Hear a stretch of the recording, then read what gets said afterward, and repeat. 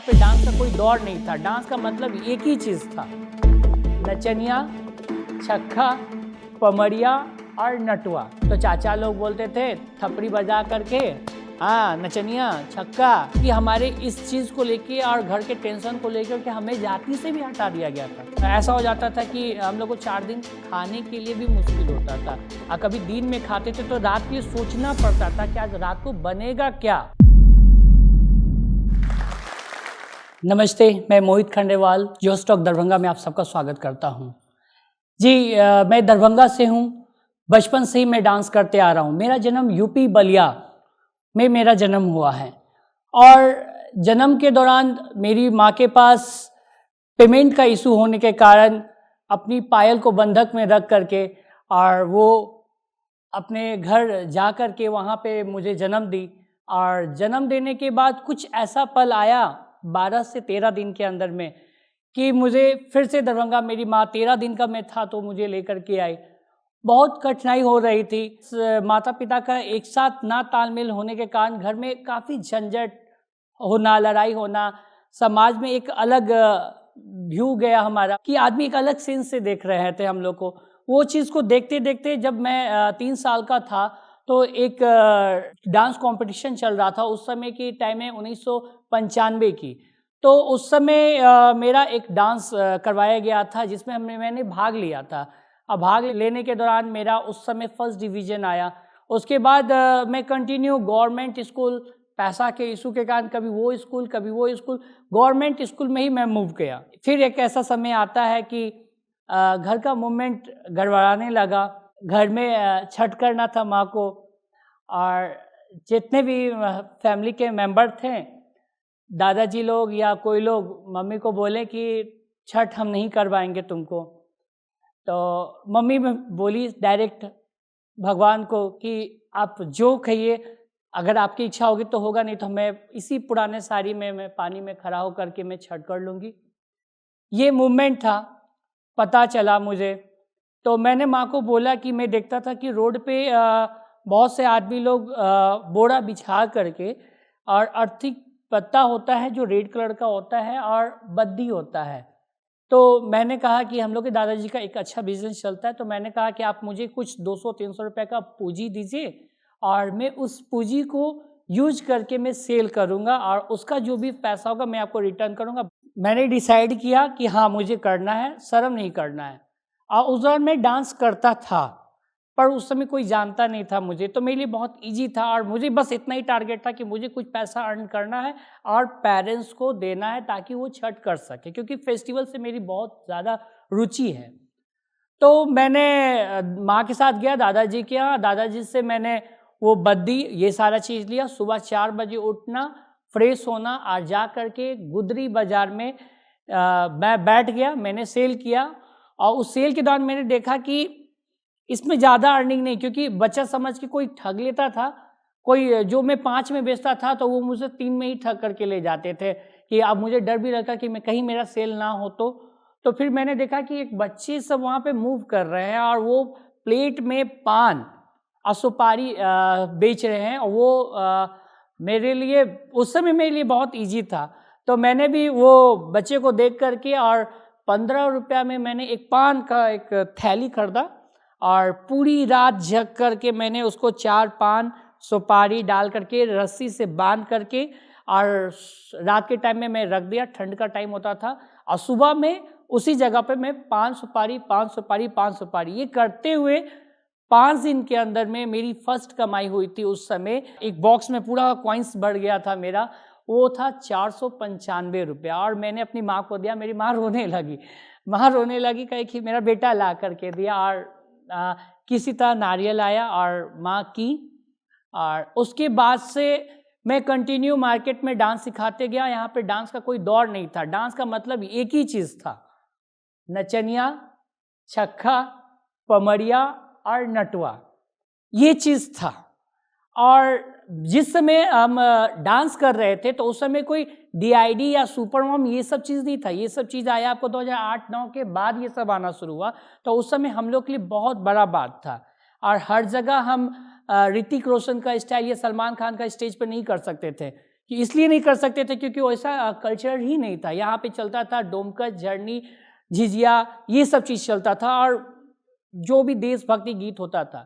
तो मैंने डिसाइड किया कि नहीं, मुझे कुछ करना है, मुझे कुछ करना है तो करना है, क्योंकि कोई भी कुछ बोलता था इधर से मेरे चला जाता था, क्योंकि मेरा एक ही कॉन्सेप्ट, मैं एक बार में एक ही काम करता था।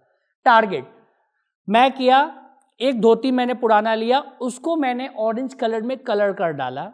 मैंने माँ को बोला कि उसमें गोटा लगा दो, बस, क्योंकि भागवत चल रहा था मोहल्ला में, तो उसको मैंने बोला कि आप उसमें गोटा लगाओ, गोटा लगा के मैं कृष्ण जी बनूंगा।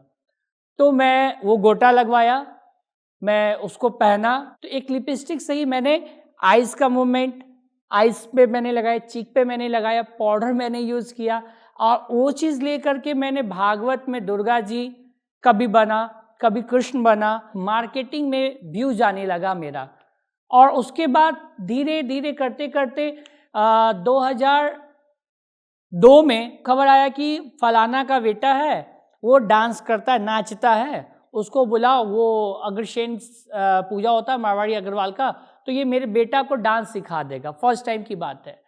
तो मेरे पास खबर आया, वो मेरी एज थी उस समय आपको लगभग 8 साल का मैं था, और वो जो बच्चे थे वो 2.5 साल के थे। वो बच्चे जब डांस किए तो वो पूरे कंपटीशन में वो बच्चे प्रथम स्थान लाए, फर्स्ट प्राइज लाए।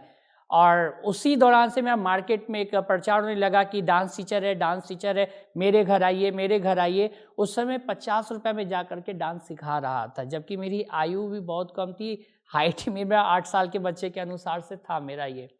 तो मैं सिखाना शुरू किया।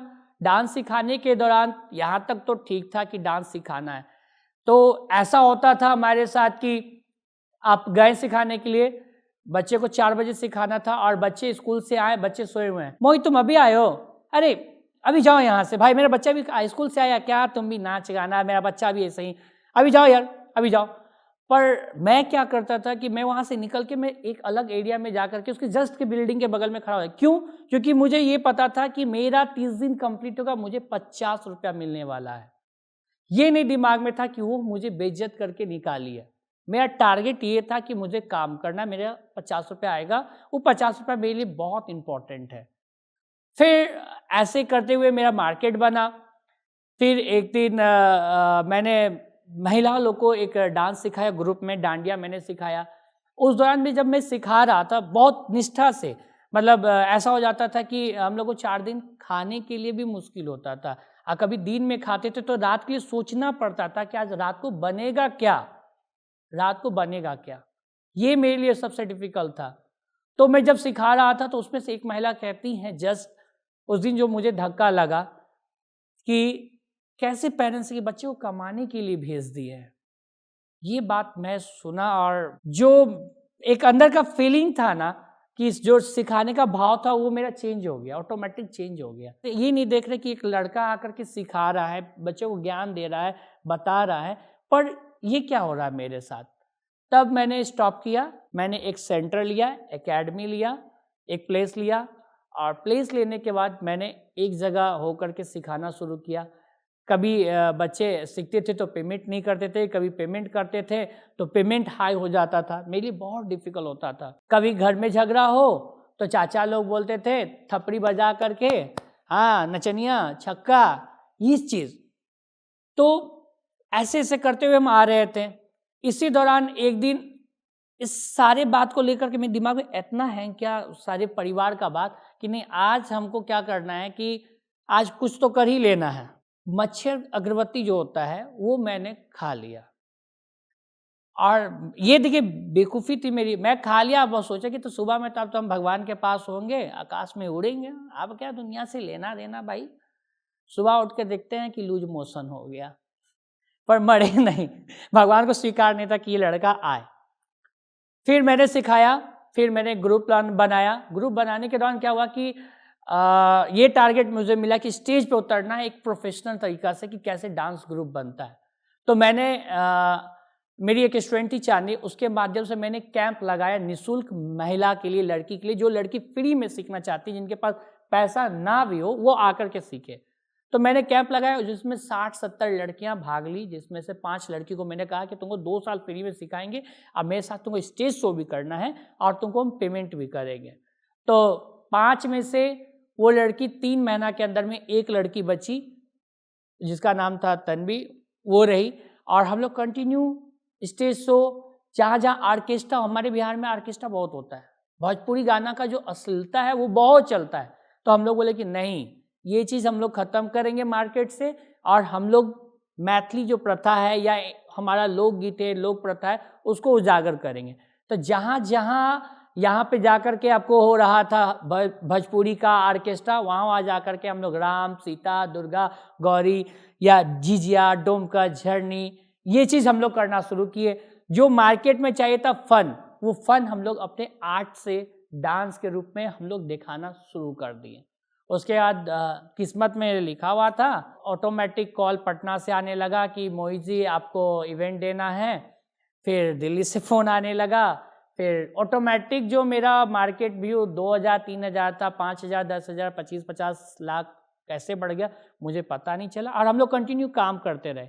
इसी दौरान एक बार क्या हुआ कि मार्केट के कुछ एंटीक पार्टी ने, मैं 1 डे के लिए गया हुआ था कोलकाता, तो मार्केट में हल्ला हुआ कि मोहित खंडेवाल सर एक लड़की को छेड़े हैं, और उसका परिवार का आदमी आकर के उसको खूब मारा, कपार पर फोड़ फाड़ दिया है। तो जब मैं आया, दरभंगा पहुंचा और बगल के एक घर में मैं गया, तो वहाँ पहुंचा मैं, तो वो लोग आ करके कही देखो कितना कैसा लड़का है, ये सारी चीज़ें वो हमको देखी, तो ऊपर से नीचे अरे इसको तो मार पड़ा है, इसको मार पड़ा तो कहीं तो फूटा उटा तो होगा, सबको ही बोला था कि हाथ पैर तोड़ दिया गया है, ये वो चीज़। तो वो जब नोटिस की तब वो मार्केट में बोले कि नहीं, इस लड़का के साथ गलत हो रहा है, इसको जानबूझ करके फंसाया जा रहा है, ये तो हमारे सामने ही है। जब मेरे पास ये बात आया तो बहुत दुखी मन हुआ, और परिवार का तो टेंशन रहता ही था कि कैसे विकास, क्योंकि बहन का भी शादी करना था मुझे, और हमारा फाइनेंस ही उतना अच्छा था नहीं, और करना था हमको, क्योंकि हमारे इस चीज़ को लेके और घर के टेंशन को लेकर के हमें जाति से भी हटा दिया गया था। पर धीरे धीरे हम लोग आगे बढ़ते रहे। आगे बढ़ते बढ़ते क्या हुआ कि आज के दिन में ऐसा आ गया कि समाज में बोला जाता है कि मोहित तुम हो तो हमारे समाज का कल्याण होगा, और हमारे बच्चे कुछ सीख पाएंगे, बढ़ पाएंगे, इसलिए आप हमारी जाति में रहिए, हमारे समाज को आगे बढ़ाइए।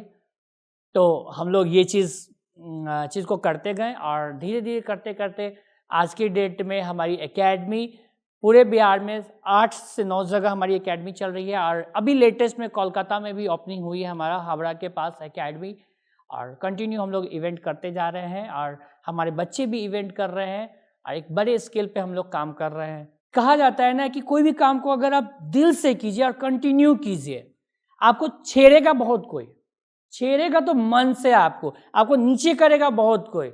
अगर आपके अंदर जोश हो, ताकत हो, तो आपके पीछे ब्रह्मा विष्णु भी चलेंगे, पर शर्त एक ही है, आपको अपने लाइन पे, अपने लक्ष्य पे सीधा सीधा चलना होगा। और एक दिन समय ऐसा आएगा कि आपके चारों ओर जो आपका नाना कर रहा था ना, वो आपके साथ। अहाँ सब एकरा सब्सक्राइब करू, लाइक करू, और जत्ते से जत्ते मैथिल छै उनका बीच में शेयर करू, और नया नया प्रेरणादायक कहानी बहुत सारा खिस्सा अहाँ के सुनल मिलत, तो बस बनल रहू।